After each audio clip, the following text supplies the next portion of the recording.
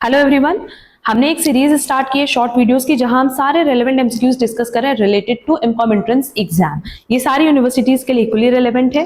Please आप ये series जरूर से कवर कर लेना।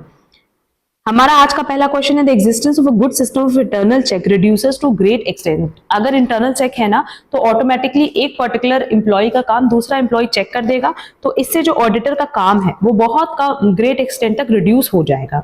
Where the provisions of the Companies Act are violated, the auditor must report the same to the।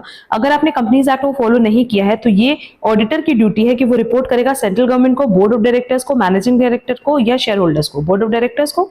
Internal check basically ये किसका पार्ट है, हमने बताया भी है कि ये इंटरनल कंट्रोल का पार्ट है, और ये हमने ऑडिटिंग से रिलेटेड बहुत सारे एमसीक्यूज डिस्कस किए ना, वहां ये पॉइंट डिस्कस किया हुआ है।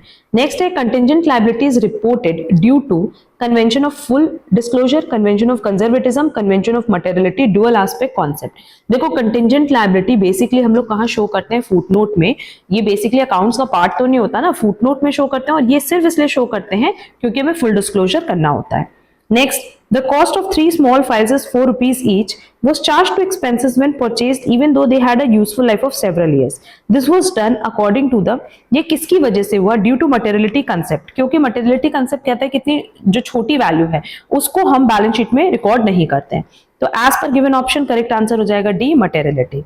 Next, the excess of dead rent over royalty. अगर डेड रेंट है ओवर रॉयल्टी, मतलब जो हमारा मिनिमम रेंट है वो रॉयल्टी से ज्यादा है, तब तो शॉर्ट वर्किंग हो जाएगा, तो करेक्ट आंसर हो जाएगा ए।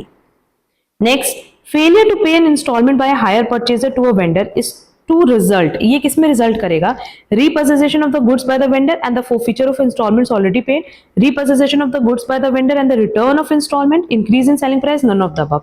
अगर आप, रूल है हायर परचेज में कि अगर आपने कोई भी इंस्टॉलमेंट नहीं पे की तो आपसे आपका गुड्स छीन लिया जाएगा, और अभी तक आपने जितना भी इंस्टॉलमेंट का पेमेंट किया है वो भी आपसे फोरफीट कर लिया जाएगा, तो करेक्ट आंसर हो जाएगा A. Random sampling is one. Random sampling basically क्या होता है कि जहां पे आपके पास यूनिवर्स में बहुत सारा ऑप्शन है, बट उसमें से आप कुछ पोर्शन को सेलेक्ट करते हो। Every item of the universe has an equal chance of being selected in the sample. That is correct answer होगा ए।